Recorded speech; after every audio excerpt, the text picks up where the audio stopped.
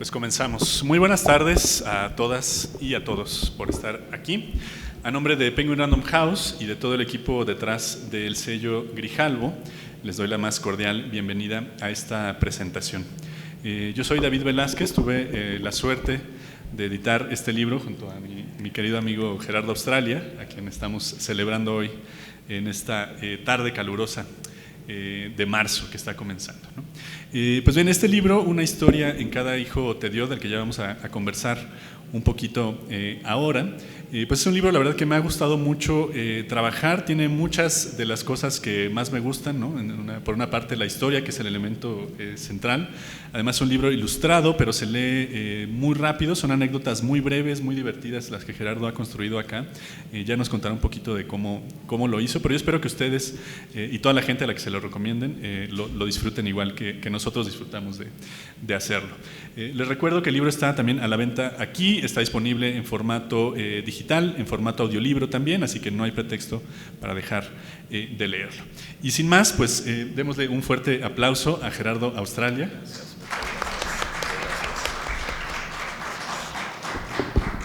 ¿Quién es Gerardo Australia? Pues Gerardo es una personalidad multifacética, ya lo he ido descubriendo. Es músico, es compositor, también psicólogo, como pueden ver en este libro, también escritor, periodista cultural. Escribe en varias publicaciones precisamente sobre temas de historia, de cultura, ¿no? En un sentido divulgativo, y es autor de 2 libros, uno sobre Francisco Gabilondo Soler, que se llama así, Francisco Gabilondo Soler, su obra y sus pasiones, una herencia para México, y otro sobre una de la que es considerada la primera mujer profesional tabasqueña, ¿no? Rosa María Gutiérrez Esquilsen, que se llama El amor es enseñanza. Entonces, precisamente quería comenzar con esto, Gerardo.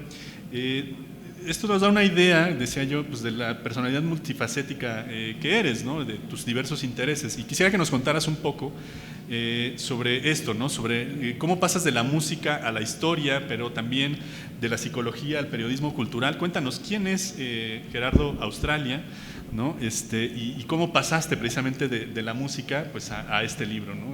¿Cuál ha sido un poco tu historia? Cuéntanos también. Ante todo, muchísimas gracias, David. Muchísimas gracias por acompañarme en esta tarde especial, calurosa, como muy bien podemos, con música de fondo. Todo muy padre. Muchísimas gracias, de veras, por haberse tomado el tiempo y haber venido aquí. Te agradezco mucho, David. Bueno, yo creo que dentro de ha habido a través de todos los tiempos gente que puede dentro de la música que se dedica a la literatura y viceversa, ¿no?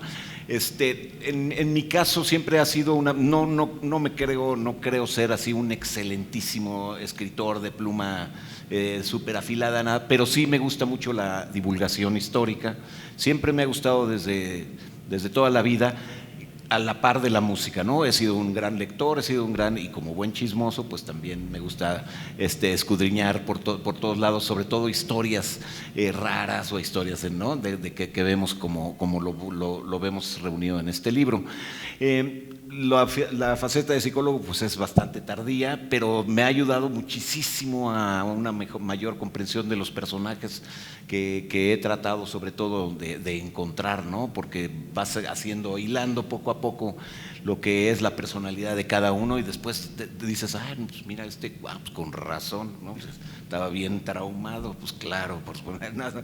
Pero sí es el juego que vas encontrando, las herramientas que te van dando para comprender mejor los personajes, ¿no? Pero entonces ha sido una pasión muy a lo largo de toda la vida, que ha venido junto con la música, que también no están peleados ni la música ni la literatura, ¿no? Como bien sabes, así ha sido todo. Muchas gracias, Gerardo. Y a mí me pareció importante destacar esto porque precisamente este libro refleja esa diversidad de intereses, ¿no? Tenemos personajes históricos, pero también deportistas, hay activistas, hay músicos, fotógrafos, inventores, ¿no? Te dedicas también un tiempo a hablar sobre distintas costumbres nacionales, ¿no? Porque hay tienditas en cada esquina, incluso animales, ¿no? Y por eso me parecía importante que nos dieras un poco este espectro. Y precisamente ya entrando un poco más en el libro, pues cuéntanos también cómo se fue conformando, ¿no? Muchos de estos textos tú los publicaste antes en diarios, en revistas también, también. Algunos son, entiendo, hechos para esta edición, ¿no? Algunos fueron hechos solo para el libro. Y yo quisiera preguntarte entonces, ¿cómo surgió esta idea para comenzar a escribir estas historias, ¿no?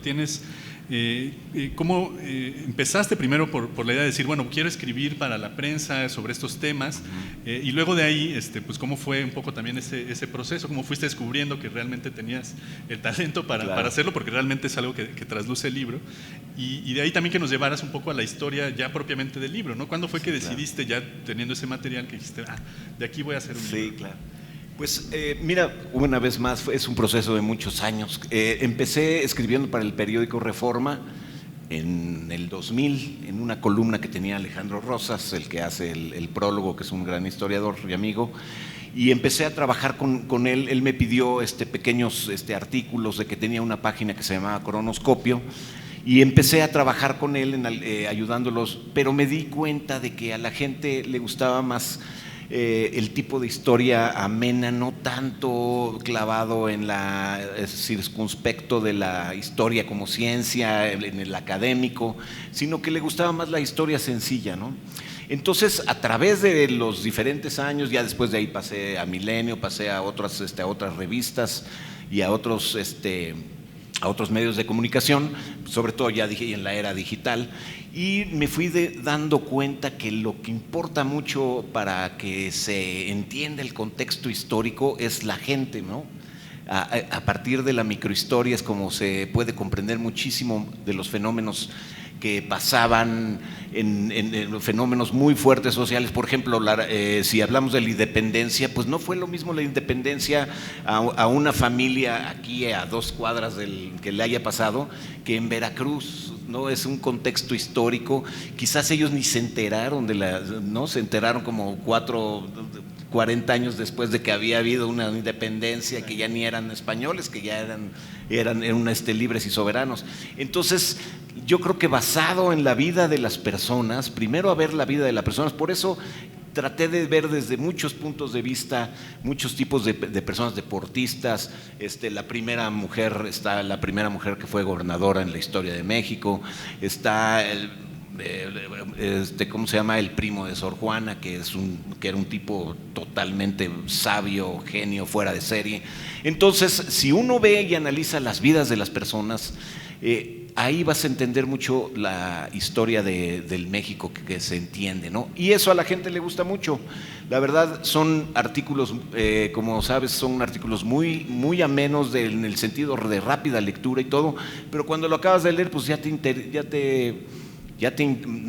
enteraste de que la tortilla tiene tantas proteínas y que tantos minerales y tantas cosas que antes no sabías, ¿no? Entonces, yo creo que eso es un punto muy, muy importante, quitarle lo serio a lo académico, a la historia, y ofrecerle al público o a la gente de todos lados algo, pues, de la gente que es normal, ¿no? Que es como carne y hueso de uno mismo. Creo que eso es clave en este libro, porque precisamente desnudas esta historia, ¿no? Le quitas los grandes nombres, las fechas que todo el mundo tenemos que memorizar, pero que luego pasa el examen, se nos olvidan. Y me gusta que digas esto, ¿no? Que hay que concentrarnos en esa cotidianidad, en esas historias, ¿no? Claro. No en esta historia con mayúsculas, sino esas historias que traslucen, ¿no? Y que al final, creo que un poco, no es el mensaje del libro, pero creo que uno se queda un poco con esa sensación, ¿no? De que la historia sí la construimos en el día a día, ¿no? Claro. En las historias de cada uno de nosotros un día se van a contar precisamente como esa gran historia, claro, ¿no? Entonces, claro. Que realmente importan las personas que estamos detrás de esas cosas, y eso es Totalmente. Algo que me gusta mucho del libro, ¿no? Y ahora, sobre las historias en sí, ¿cómo escoges esas que quieres contar? ¿Cómo decís, esta sí, esta no? ¿Tienes algún método? ¿Los vas recogiendo simplemente porque de repente escuchaste algo y te llamó la atención? Y ya que escoges este personaje, ¿qué haces, no? O sea, ¿te pones a investigar? ¿Cómo vas construyendo esas historias, ¿no? ¿Cómo las escoges? ¿Cómo las construyes? Pues sí, yo creo que también parte de la mera curiosidad, ¿no? Por ejemplo, una vez me gusta mucho repetir la historia del primo hermano de Sor Juana, porque o sea, él es de 1783, finales del siglo XVIII, y él fue el que inventó el destapador del baño, ¿no? O sea, O sea, gracias a él el mundo tiene destapador en el baño y ahorras agua y no, imagínate en un tinaco el flotador, los flotadores, ¿no? Los flotadores son los de que él inventó el flotador, entonces es algo, un mexicano del siglo XVII inventó el flotador que todo el mundo, de todos los mundos, de todas las épocas tiene un aparato de esos, ¿no? Entonces yo creo que es a partir de ese tipo voy como tirando un poco el hilo del personaje y entonces se va enriqueciendo porque entonces estás viendo, pues mira, este personaje que inventó esta cuestión también hizo esto, también por ejemplo fue importantísimo que cuando venían las lluvias aquí en el centro de México se hacía pero porquerío de inundación y él fue de los primeros en diseñar un desagüe en la Ciudad de México para precisamente desolvar todo alrededor. Fue un personaje increíble que tuvo no sé cuántos inventos, entonces de ahí vas jalando el hilo como diciendo, bueno, este personaje, ¿cómo le gustaría conocer a la gente a partir de que inventó el flotador del excusado? La historia de su vida, de su contorno, y entonces yo creo que eso es muy, muy, muy padre para que la gente se entere, ¿no? Y uno te va llevando a otro, ¿no? Y si me piensas ahora la pregunta, ¿cómo llegaste precisamente a esta historia? ¿No? Porque a esa historia. Es una historia que te fascina y me da mucha curiosidad. Sí, a mí también, yo quedé traumado. ¿Cómo llegas a saber que el primo de Sor Juana Inés de la Cruz inventó Pues la verdad fue por medio fíjate que ese fue muy curioso porque también estaban relacionados había habido un asesinato de un sacristán en la catedral, aquí cerquita.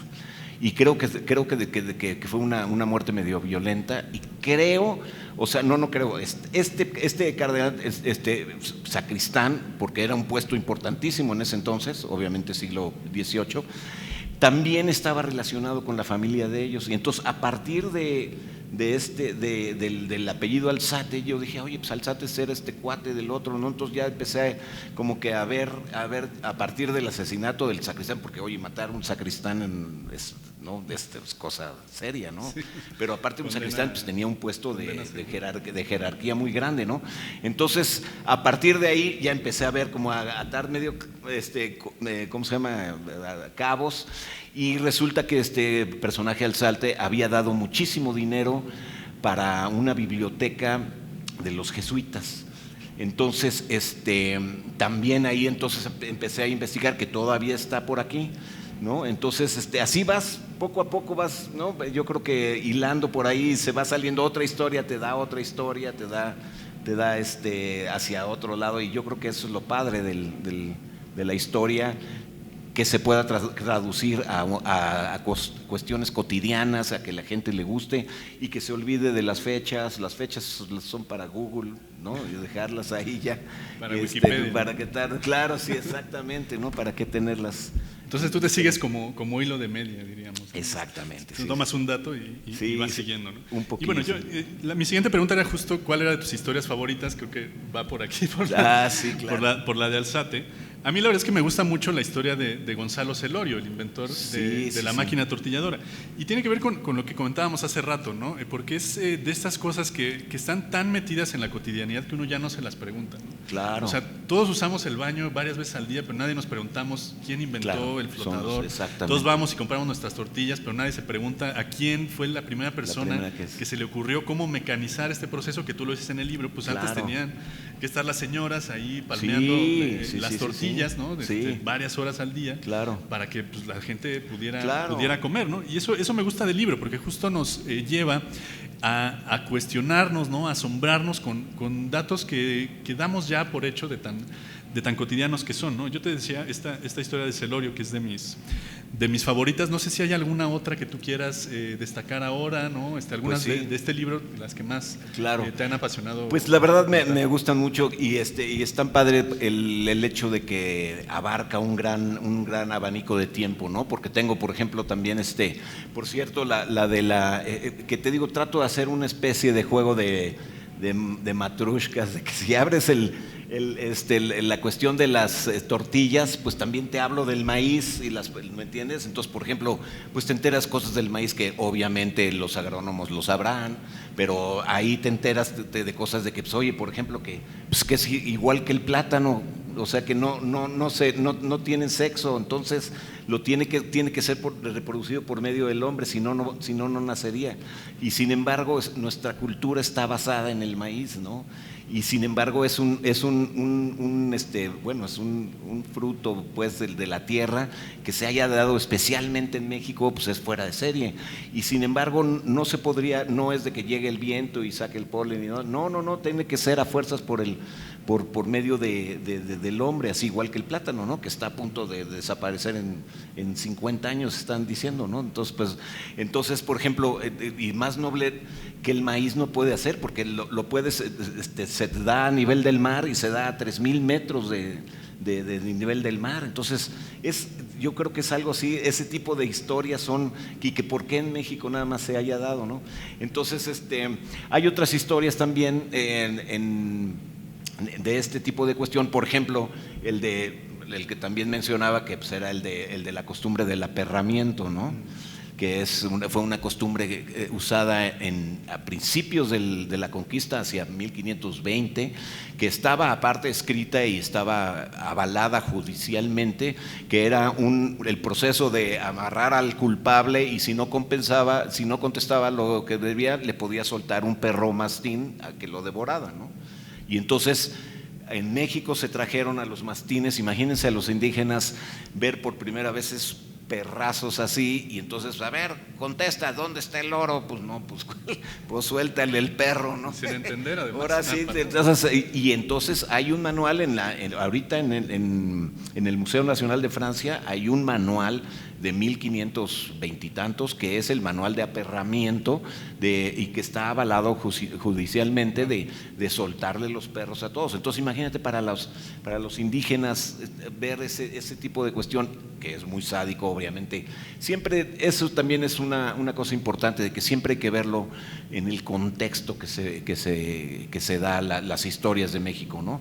Por ejemplo, en este gobierno que tuvimos se volvió a sacar el problema de la conquista, y el problema siempre va a ser como un problema, aquellos, nosotros, todo el tiempo, pero siempre hay que ver también con ojos del contexto, que también trato por eso de mostrar este tipo de historias, porque obviamente fue en ese tiempo, no es de que fuera así, era una costumbre de aquel tiempo, ¿no? Porque estaba avalado hasta judicialmente, ¿no?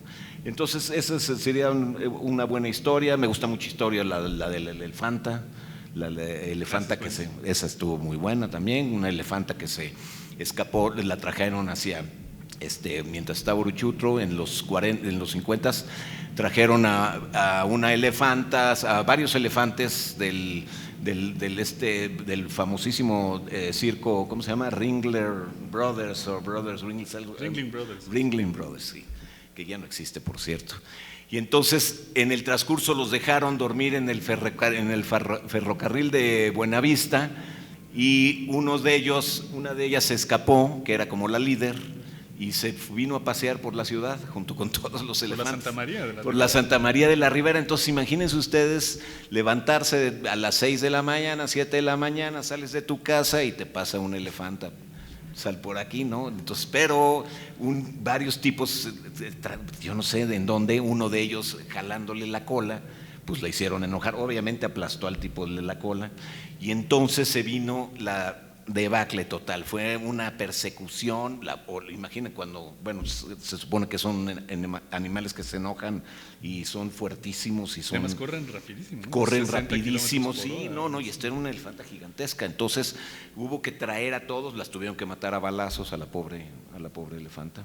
Por un descuido humano. Y fíjate qué curioso, me acabo de enterar, la mamá de un amigo que tiene como 90 años y todo, a ella le tocó. Cuando leyó el libro, dice, no es posible, a mí me tocó esta historia. Y entonces me dice mi amigo, ¿cómo ves que a mi mamá le tocó la historia del elefante? Que vivía en la Santa María de la Ribera. Y esa es otra de las cosas que me gustan del libro, porque son historias con las que es fácil identificarse, conectar, ¿no? conectarse. Esto me parece maravilloso, ¿no? Sí. Que alguien de repente pueda leer este libro y decir, yo viví esto, ¿no? Exacto. O sea, y eso me refería hace rato, ¿no? Con bajar un poco la historia, ¿no? Exactamente. Quitarle esa aura casi sagrada, ¿no? Claro. Que bueno, hay cosas que hay que conocer y hay cosas que debemos entender también del pasado para poder no repetir los errores y para seguir el camino hacia el futuro, pero también que hay esta otra historia que sí puede conectar con nosotros a un nivel incluso mucho más profundo, ¿no? Claro. Y en ese sentido, bueno, adelante. No, perdón. No, y que puede empujar a la persona que lo lea a seguir investigando más o a seguir leyendo más, ¿no? Claro. Inclusive entre los chavos, que es lo que yo quisiera más, ¿no? Entre las nuevas generaciones, de que pueda ayudar ese, dice, mira, sabes que voy a leer sobre este tema y se vaya más a leer, ¿no? Sí, y eso es otra cosa que me gusta del libro. A mí me gustan mucho este tipo de libros que son historias, como dices, dentro de historias, ¿no? Ese libro se llama Una historia en cada hijo te dio. Excelente, excelentísimo. Un poco porque tenemos una diversidad enorme, ¿no? Hay historias luminosas, hay historias trágicas, en fin, ¿no? Hay historias oscuras incluso, ¿no? Pero son historias que se leen muy breve. Uno no tiene que ir de la página 1 a la página, ¿cuántas salieron? 376, ¿no? Casi 400 páginas. Son historias que se pueden leer en cualquier orden, ¿no? Uno de repente abre el índice y dice, ahora me apetece leer sobre Elefanta, ahora quiero leer qué pasaba con Madero o quién inventó, ya decíamos, el flotador, ¿no? En fin, ¿no? Pero comentábamos un poco sobre historias más, pues, quería decir luminosas, divertidas, ¿no? Pero está este otro lado que ya mencionaba, historias más trágicas, ¿no? Como la de la mujer, la primera reina de belleza mexicana que asesinó a su marido en un crimen pasional. Está la historia de Alaí de Fopa que desaparece en México, ¿no? La historia de Rosario Ibarra de Piedra y cómo el secuestro de su familia produce uno de los movimientos civiles más importantes en el México del siglo XX. Entonces también contarnos un poco sobre esta parte, Gerardo, si alguna historia te costó un poco más de trabajo, si fue difícil para ti también procesarlo, acercarte a ella precisamente por estos tonos trágicos, oscuros que a veces pueden tener, ¿no? Sí, precisamente el de Adele Fopa a mí se me hizo digo, es una historia muy triste, ¿no?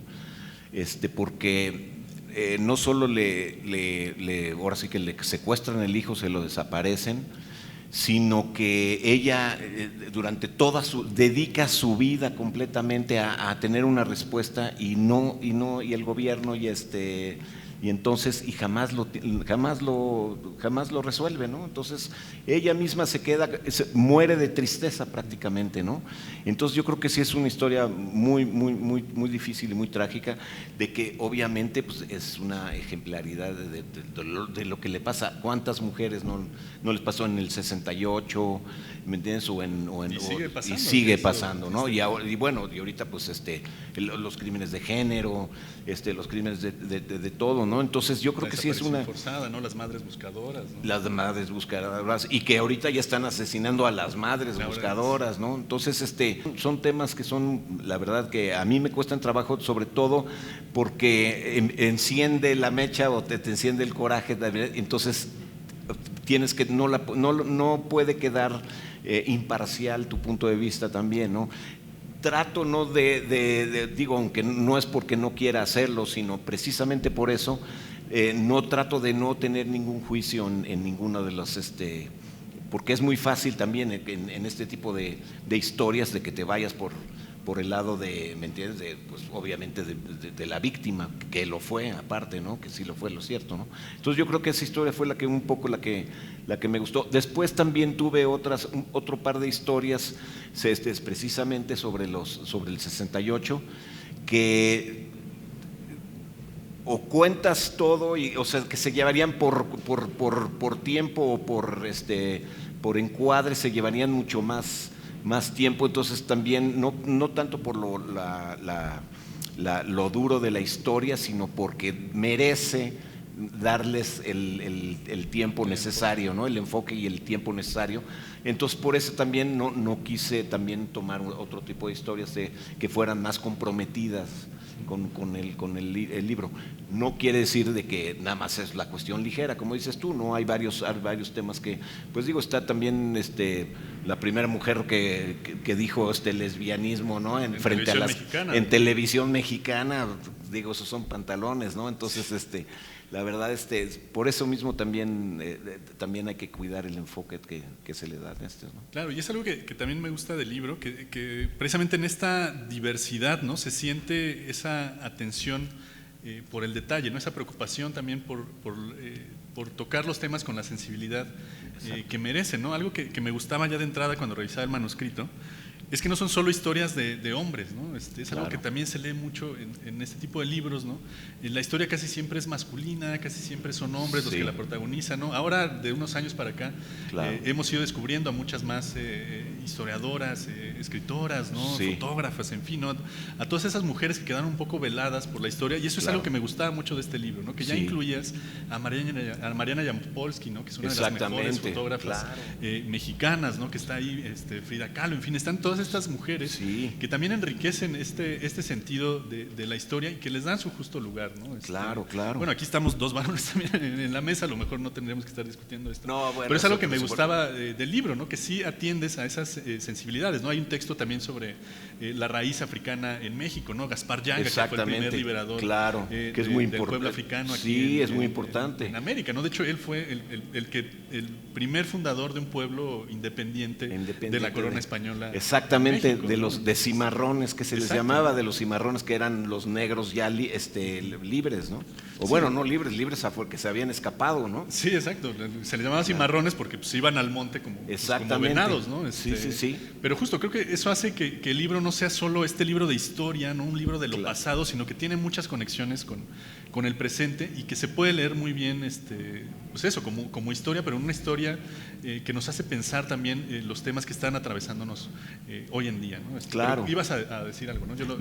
No. Estaba buscando perdón, es que no me acuerdo del apellido de esta señora, que fue una señora inglesa que acabó abriendo en plena revolución,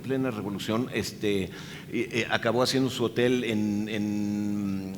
no me acuerdo del nombre, pero en el café, ¿no? No, ¿cómo se llama? No, ahorita, a ver, perdón, déjenme ver cómo se apellida. Sí, a ver, ¿cómo se llama? Se apellida, es que es una mujer inglesa, Rosa King. Rosa King, esa es una historia también súper trágica también, porque esta mujer se retira le encanta México, se queda en México, hace su hotelito en Cuernavaca, y el hotelito de Cuernavaca le encanta llegó a ir, ¿cómo se llama? Venustiano Carranza, Victoriano Huerta. Victoriano Huerta se ponía unas super jarras ahí, le encantaba, que era súper fiestero.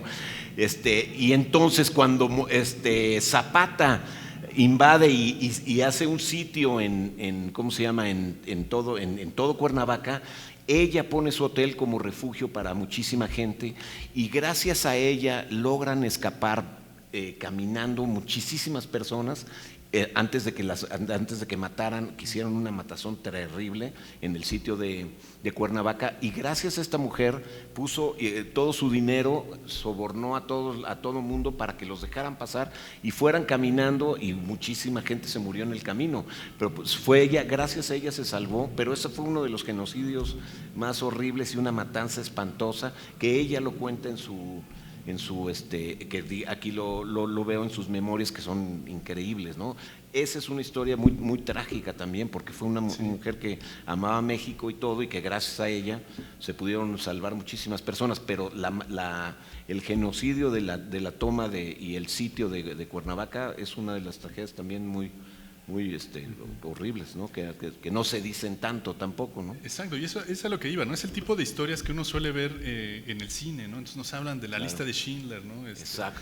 Este empresario que salvó a los judíos refugiándolos también, ¿no? Este tipo de historias que suelen ser muy cinematográficas, muy mediáticas, y que parece que cuando suceden en México a todo el mundo pasan de noche, ¿no?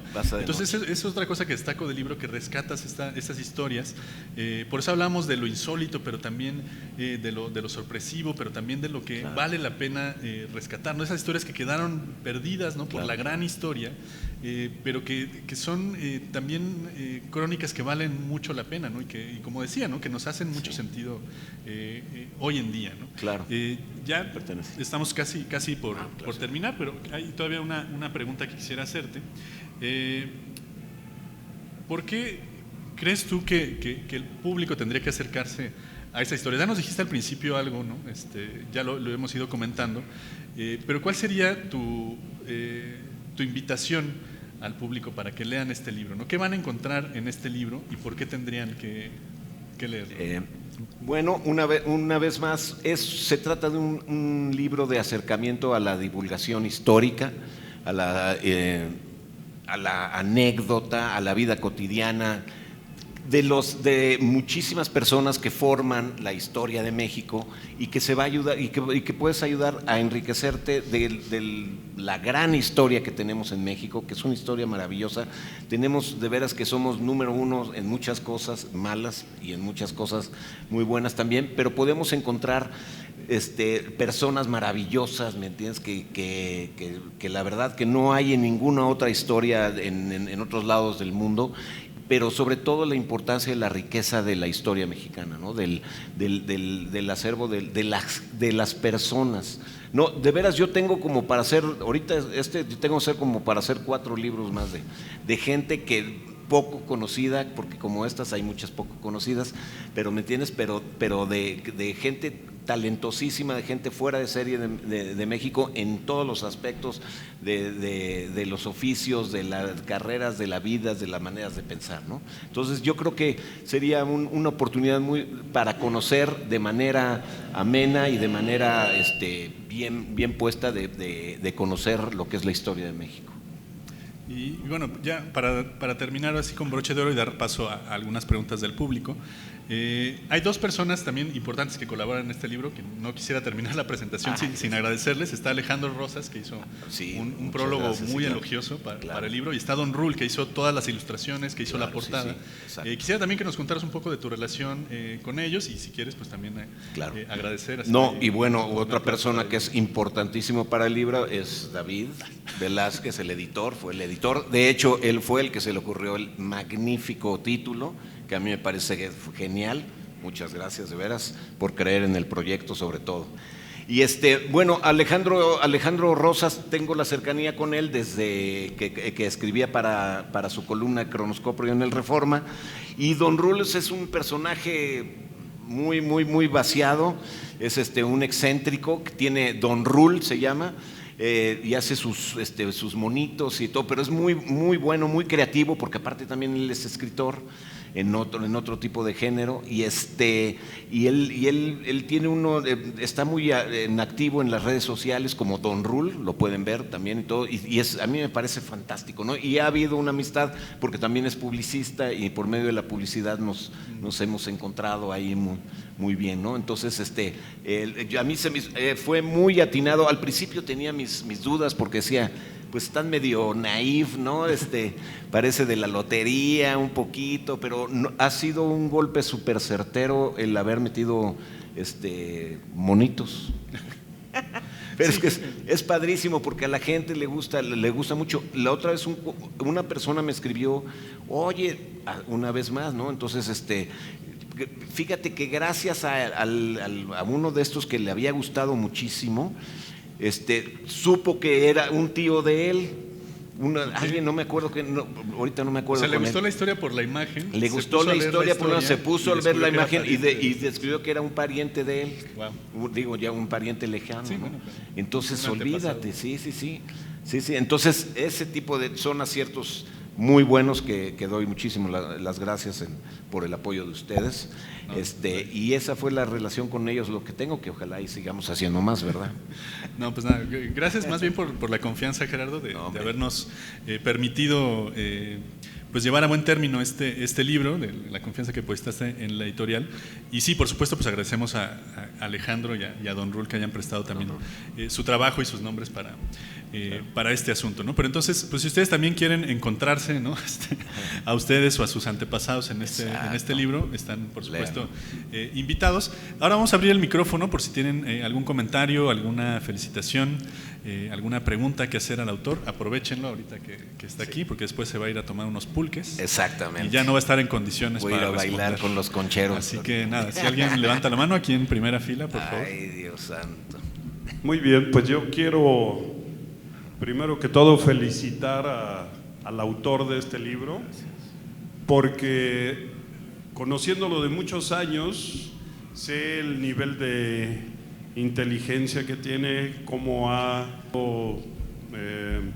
muchísimos libreros de su casa llenas de libros, algunos para mí incomprensibles y otros no tanto, la verdad.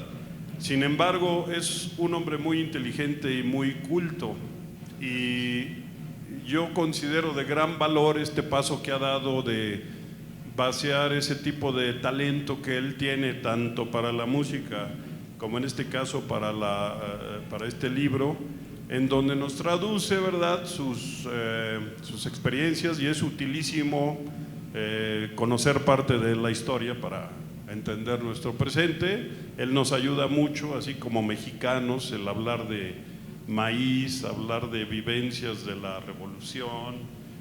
En fin, son diferentes historias que creo que nos iluminan y nos enriquece en nuestro folclore mexicano, y por eso quiero felicitarlo. Muchas gracias.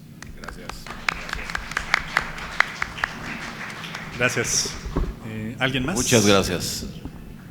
Tenemos todavía tiempo. Por acá.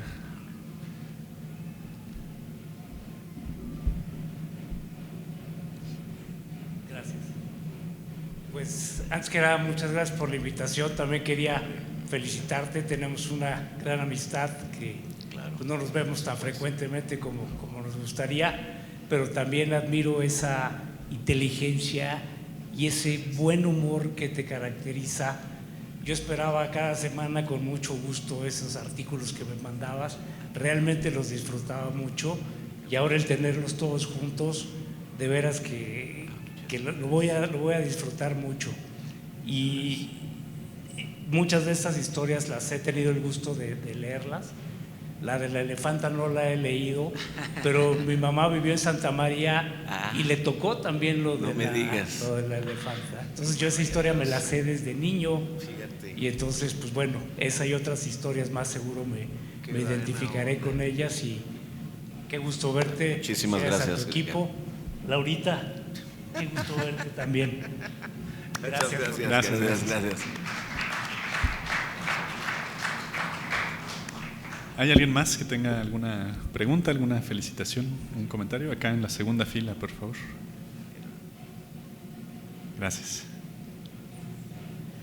Gracias. Bueno, primero que nada, felicitarlo, porque gracias a pues un enorme talento que siempre te he admirado, Gerard. Muchas gracias. Yo creo que en gran parte se debe a tu compañera de toda la vida, que se complementan, ¿no? Muchísimas gracias, claro no, que sí, de verdad. por supuesto. Y ¿qué sigue? O sea, ¿qué es lo que viene ahora? ¿Ya tienes en mente varios libros? ¿Por qué el siguiente tema? Ok, sí, la verdad en eso precisamente, muchas gracias Leti, Gracias a y ¿cómo se llama? Sí, la verdad la inquietud es haber hecho el primer paso, que la verdad fue un proceso largo, se tardó más o menos como 4 años para poder salir entre. Se nos atravesó una pandemia. Una pequeña pandemia que normalmente se hace a mente, y entonces se fue atrasando todo, la verdad son procesos largos, ¿no? A mí me gustaría, y bueno, salvo otras opiniones, me gustaría continuar con esta línea de investigación y esta línea de libros, que yo creo que se podría seguir el 2, el 3, en la misma línea de trabajo y de investigación, para ofrecer al público una constancia, ¿no? Porque hemos visto de que hay muchos ejemplos así, de que sí siguen con el tomo 2 y todo de la historia, ¿me entiendes? Entonces yo creo que sí, a mí me gustaría mucho seguir la historia, y abrir nuevas puertas quizás a otro tipo de formatos, como podría ser el podcast, o podría ser el radio, o podría ser hasta un documental, ¿no? Yo creo que da para eso, y está muy bien basado, porque es historia que nunca va a pasar de moda, ¿no? Nunca va a pasar de moda. Entonces yo creo que él podría ser. También estoy tratando de hacer otro tipo muy parecido a estos, de otros temas, sobre literatura, o podría ser el mismo tema pero sobre de música, de la historia de la música de México, sobre la música de pintores, sobre la historia de literatos. Entonces yo creo que sería por ahí más o menos. Yo creo que tienes mucho trabajo en puerta. Exacto. Y sería maravilloso que lo plasmaras como mexicano que eres. Por supuesto, sí. Para, pues si abres el podcast, yo creo que tendrías un éxito rotundo. Nada más es hacer las conexiones porque ya todo lo tienes en la mente. Claro, ¿no? sí. Muchas gracias. Gracias. Muchas gracias. Pues ahí tenemos Ahí teníamos una reunión pendiente sobre este tema, no les vamos a dar más detalles. Exacto, sí. Se vienen cositas. Sí, claro. Aprovechando esta última pregunta, Gerardo, meto mi cucharita y hago una última para ti. Porque casi al comienzo nos decías que había historias que te parecían muy extensas o que necesitaban como un tratamiento mucho más largo y profundo como para caber dentro de este libro, ¿no? Y yo te preguntaría ahí si tienes alguna inquietud sobre alguna de estas historias que quisieras desarrollar en un libro solo, es decir, ya no un libro, una colección de historias, sino una historia completa sobre algún personaje, algún tema. Un personaje. Sí, mira, la verdad,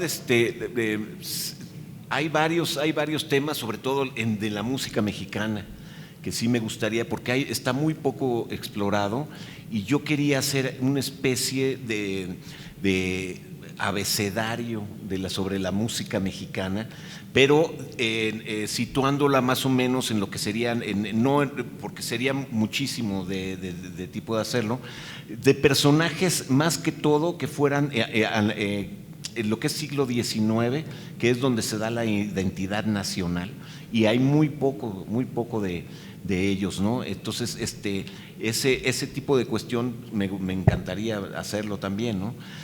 Por otro lado, también hay otro que me gustaría mucho, algo sobre la educación en México a nivel de historia, ¿no? Porque hay muchos personajes de maestros que son increíbles y que también están, que hay muy poco también sobre eso, ¿no?